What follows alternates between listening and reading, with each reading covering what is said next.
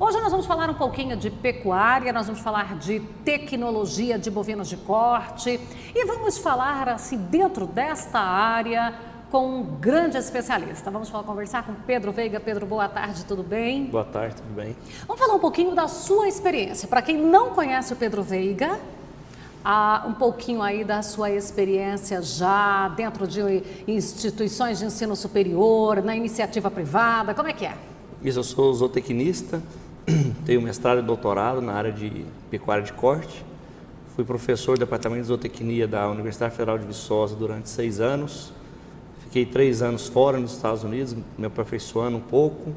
Retornei para o Brasil e comecei a trabalhar então na Cargill Nutrição Animal, com foco em pecuária de corte. Então já são 5 anos já de empresa de iniciativa privada. Então comecei a minha carreira na área acadêmica e hoje eu estou na iniciativa privada à frente da gestão técnica da Cargill Nutrição Animal. Quando a gente fala da nutrição animal, e hoje a gente vai vendo assim particularidades muito específicas, e isso realmente faz muita diferença lá no final? Faz a total diferença. A pecuária brasileira ela tem evoluído muito nos últimos anos, principalmente a partir de meados da década de 90.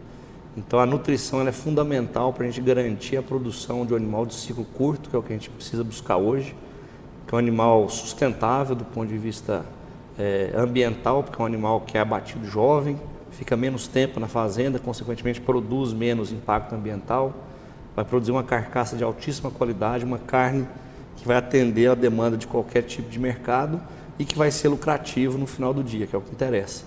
Então a gente precisa buscar um equilíbrio entre o que é econômico, o que é ambientalmente correto, socialmente justo, e a nutrição ela faz parte fundamental dessa equação, porque o que mais limita a produção pecuária no Brasil é uma boa nutrição, por incrível que pareça.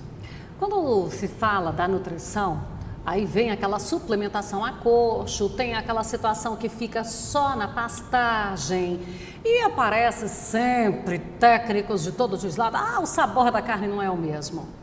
Essa nutrição, essa alimentação do animal, como nós estamos falando aqui no corte, vai alterar o sabor da carne?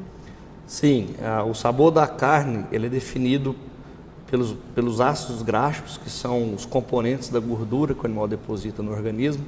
Espetacularmente deliciosos. De alguns compostos voláteis que a gente fala, né? Quando a carne ela é feita, a gente coloca na boca, esses compostos voláteis entram em contato com as papilas gustativas, que dá o sabor à carne. E dependendo do tipo de dieta que o animal recebe, se é uma dieta à base de grãos, é uma dieta à base de pastagens, isso altera o sabor da carne. Normalmente o animal produzido a pasto ele tem um sabor mais intenso, um sabor que o brasileiro, por exemplo, gosta muito, o europeu gosta muito.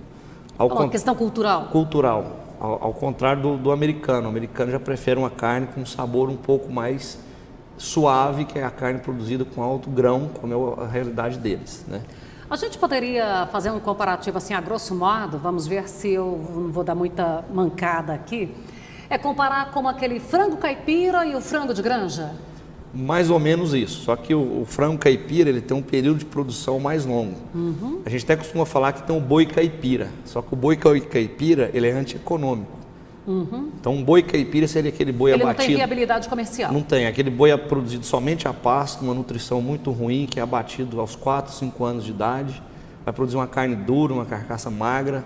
Esse boi caipira a gente não quer, porque ele é antieconômico, ele não dá dinheiro. A gente quer um boi que não é também um boi de granja, entre aspas, porque o sabor da carne não vai ser dos mais agradáveis. Então a gente quer um boi aí de 20, 22 meses, que vai ter um sabor característico na carne e que é um animal que vai produzir em quantidade e qualidade e que vai dar retorno econômico para o pecuarista, né? Isso aí que eu ia falar agora, retorno econômico, porque não adianta ser bonito ambientalmente falando, correto socialmente falando, se ele não tiver viabilidade financeira, porque daí eu não consigo manter o produtor na atividade. Exato. Hoje, o produtor ele está fazendo um investimento tecnológico com eficiência para conseguir essa conta fechando. Aquela conta, eu estou me referindo a finanças. Infelizmente, ainda são poucos os que fazem. Se a gente levar em consideração, a gente estava até conversando isso ontem numa reunião que a gente participou, O Brasil tem em torno de 2.200.000 pecuaristas. E a gente acredita que em torno de 10% apenas ainda a gente pode considerar como pecuaristas altamente profissionais, ou seja, que tocam a pecuária como um negócio realmente de forma profissional. Como empresa. Como empresa. É difícil também falar como empresa, porque tem muita empresa urbana ruim também. Muito. Né?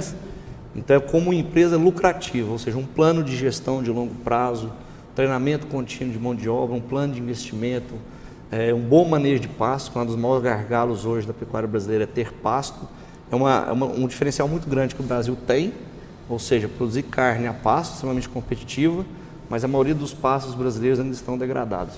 Então a gente tem sim uma elite, não elite do ponto de vista social, mas uma elite de pecuaristas que fazem uma pecuária altamente profissional, que estão ganhando muito dinheiro, mas a gente tem muita gente ainda que precisa dar um passo mais rápido. Esse passo ele está sendo dado, mas ainda está muito lento. A gente precisa intensificar a busca por mais profissionalismo, que é o que acontece na agricultura hoje. Se o agricultor não investir em tecnologia, dificilmente ele passa do primeiro e do segundo ano.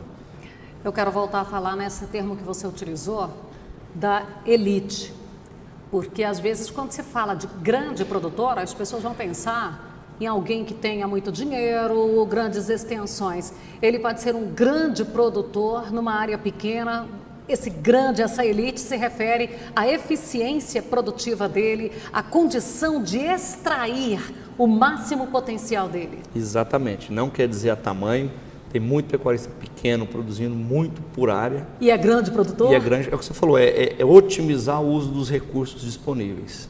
Quais são esses recursos? Capital, terra, mão de obra. Tem muita gente fazendo isso independentemente da escala.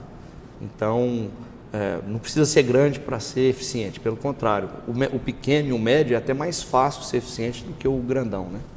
E quando se trata desse investimento tecnológico, nós estamos acompanhando o dia a dia do produtor há 10 anos e eu costumo dizer assim que de um tempo para cá a gente tem visto o pecuarista mais preocupado, buscando mais.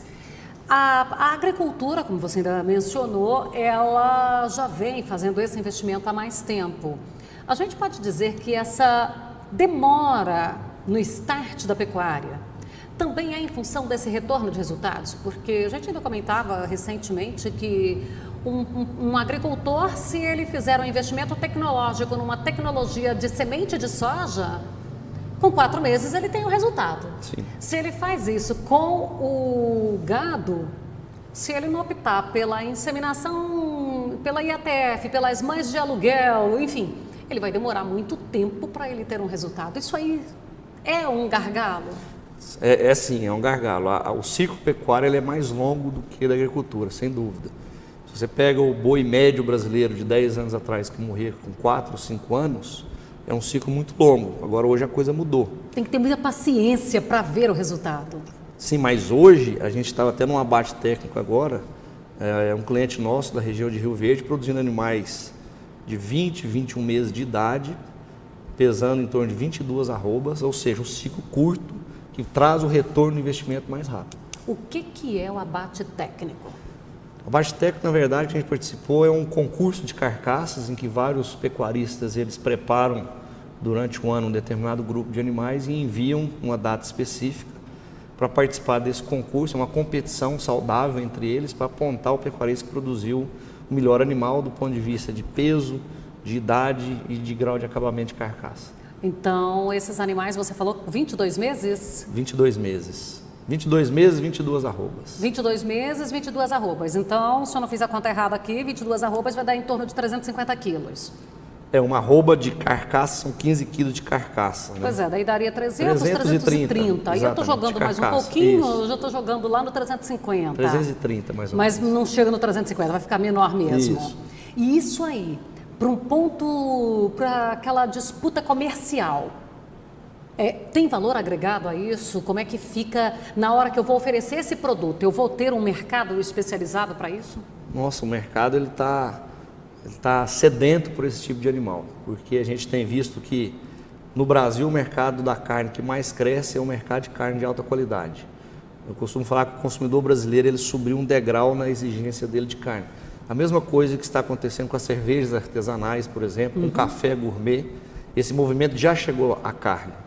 Então, os nichos de carne de alta qualidade, que essencialmente tem que vir de animais jovens e bem acabados, caso contrário você não consegue garantir consistência de qualidade, esse nicho está crescendo a uma taxa de 20% a 30% por ano no Brasil. Então, há uma demanda muito grande por esse tipo de animal, não só para o mercado interno, como também para a exportação. Tá, a gente já tem aquela velha regra que o que é bom no Brasil vai para fora. E como você falou, a gente já tem assim acesso a umas carnes melhoradas, a umas carnes diferenciadas. Como nós acompanhamos, a gente vê aí com frequência se falando na produção, como você está falando aí, 22 mesas, 22 arrobas, tipo, é a carne. Agora, tem uma raça melhor para isso? Ou a condição de criação desse animal independe da raça? Ou eu teria o Nelore, um cruzamento industrial, eu teria alguma raça para ter aí um diferencial? Então, na realidade, eu não gosto de falar que tem uma raça que seja melhor do que outra. Cada raça tem as suas características peculiares.